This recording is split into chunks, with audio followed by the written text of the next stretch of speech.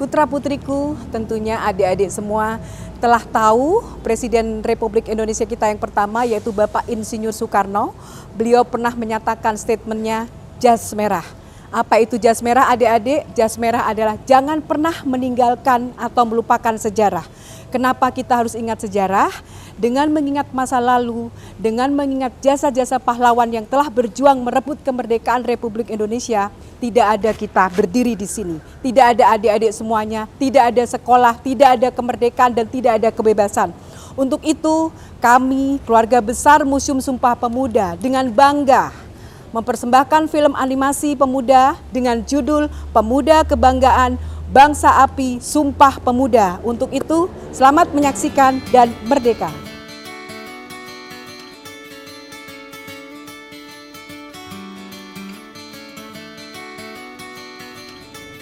Hai. Putra?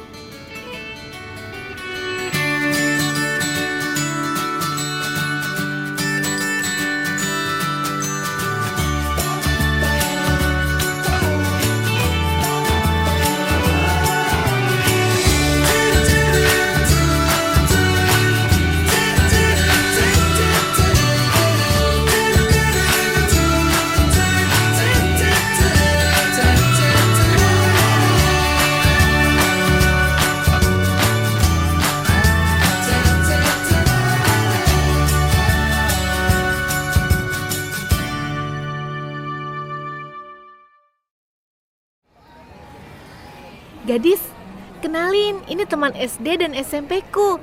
Namanya Putra. Well, Kamu ngapain di sini, Put? Ya, kamu juga ngapain? Aku sama omku tuh. Om Dwi. Dia salah satu pengurus museum loh. Oh iya? Duh, jadi ingat zaman dulu kita ke museum ya. Iya, antusias banget buat tahu sejarah. waduh. Sepertinya aku terjebak di antara kalian penyuka masa lalu nih. Bukan gitu gadis, ini karena kamu belum tahu aja. Sesekali ayo ke museum. Bener, pasti kamu juga akan langsung suka deh. Museum kan isinya gitu-gitu aja. Serem pula. Kalau menurutku sih justru kebalikannya. Menyenangkan. Daripada ikut gaul-gaul gak jelas, mending sekarang giliran kamu yang ikut aku. Gimana? Oke. Tapi kalau aku nggak berpikir itu worth it, aku cabut ya. Sure.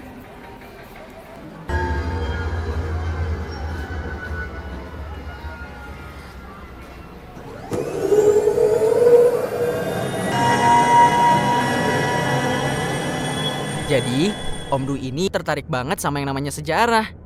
Alasannya apa, Om? Supaya kita bisa jadi bangsa yang jauh lebih baik di masa depan. Sejarah itu jadi refleksi kehidupan kita di masa lalu. Yang baiknya kita ambil, yang buruknya jangan sampai terulang. Aku sama Putra zaman SD dulu juga sempat ke Museum Sumpah Pemuda, Om. Tapi itu dulu banget.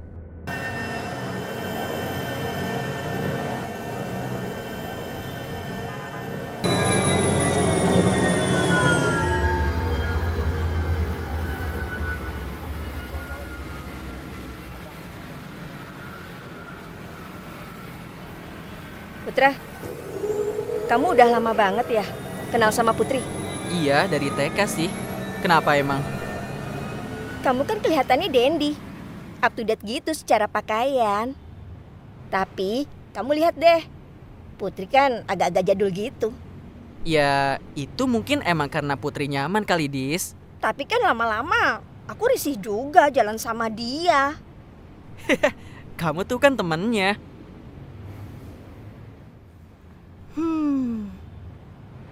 Suasananya masih kayak zaman itu ya, Put.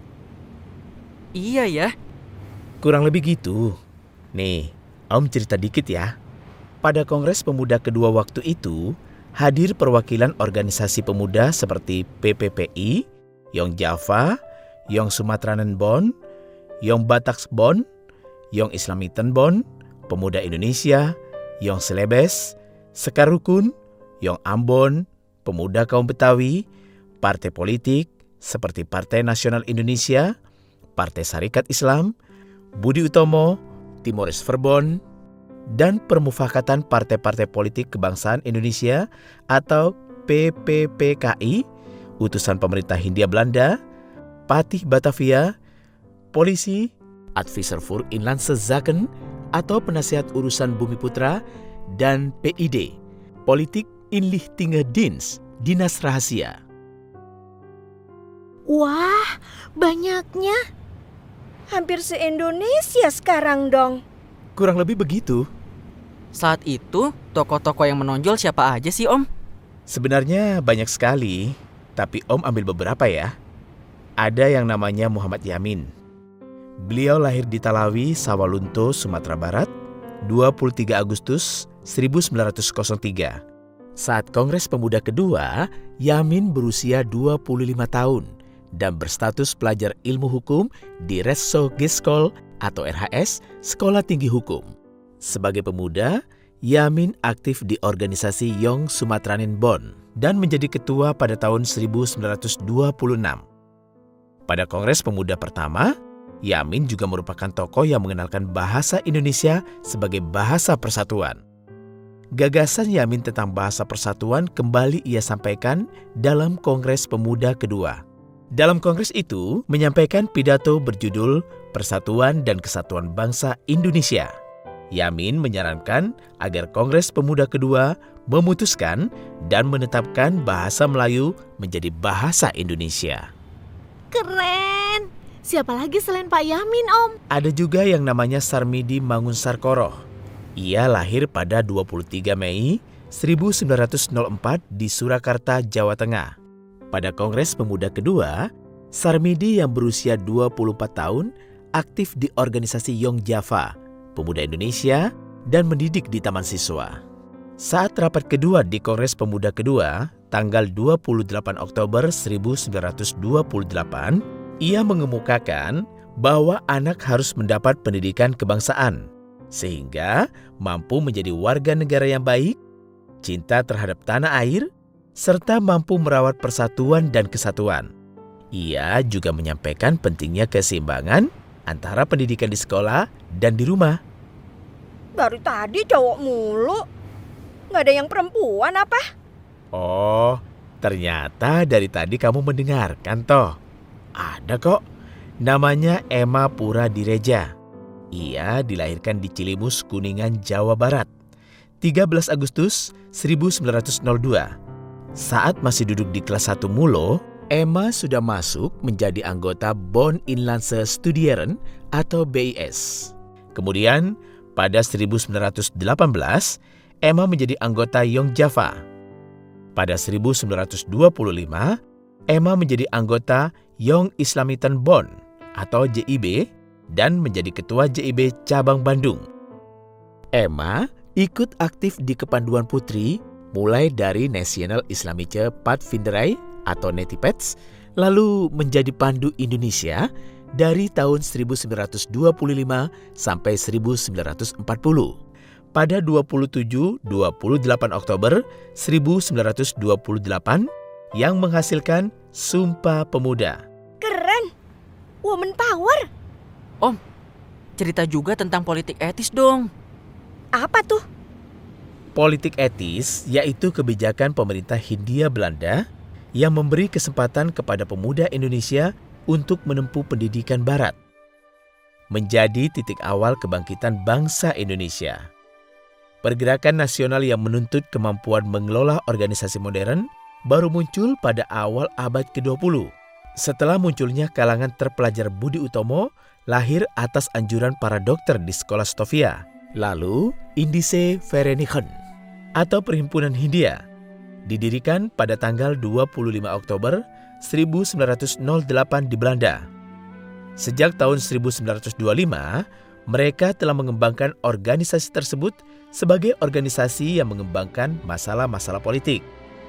Sebagai bagian dari identitas baru, mereka memakai nama Perhimpunan Indonesia atau PI dan memberi nama baru Indonesia Merdeka bagi majalah mereka.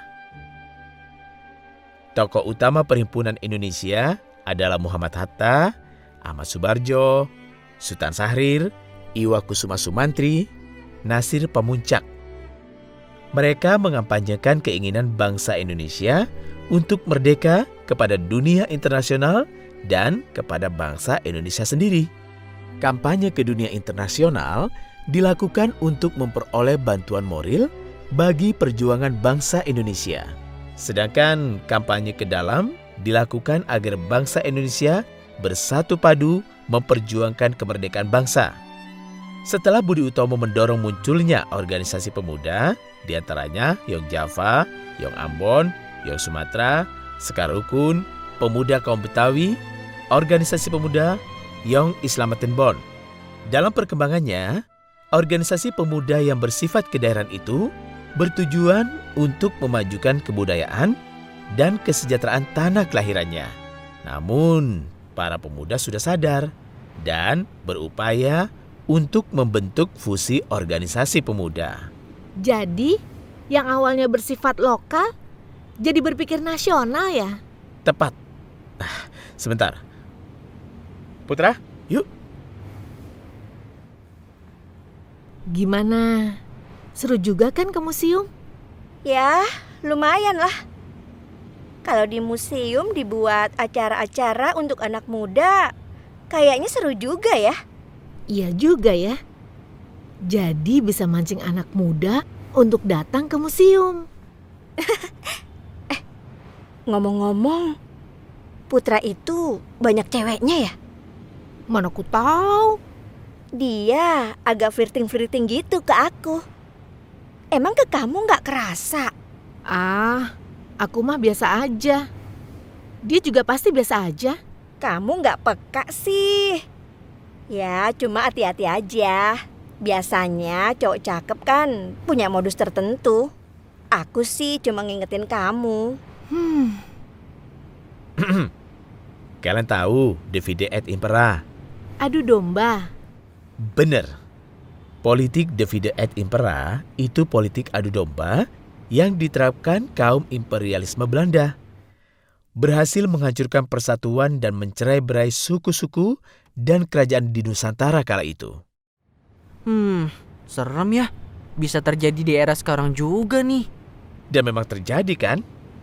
Makanya kita harus nge atau aware politik macam ini. Kesannya halus, tapi sebenarnya mengadu domba.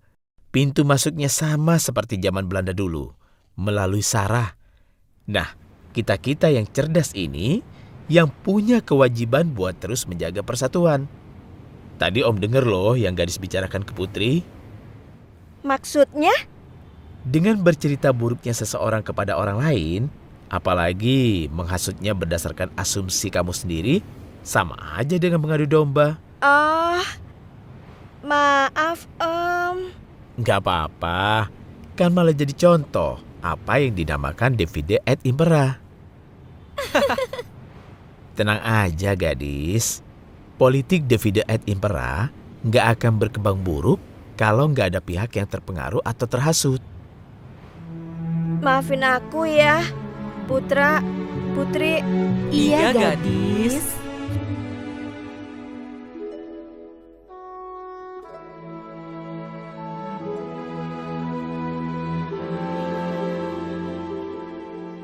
Kami, putra dan putri Indonesia, mengaku bertumpah darah yang satu, tanah Indonesia.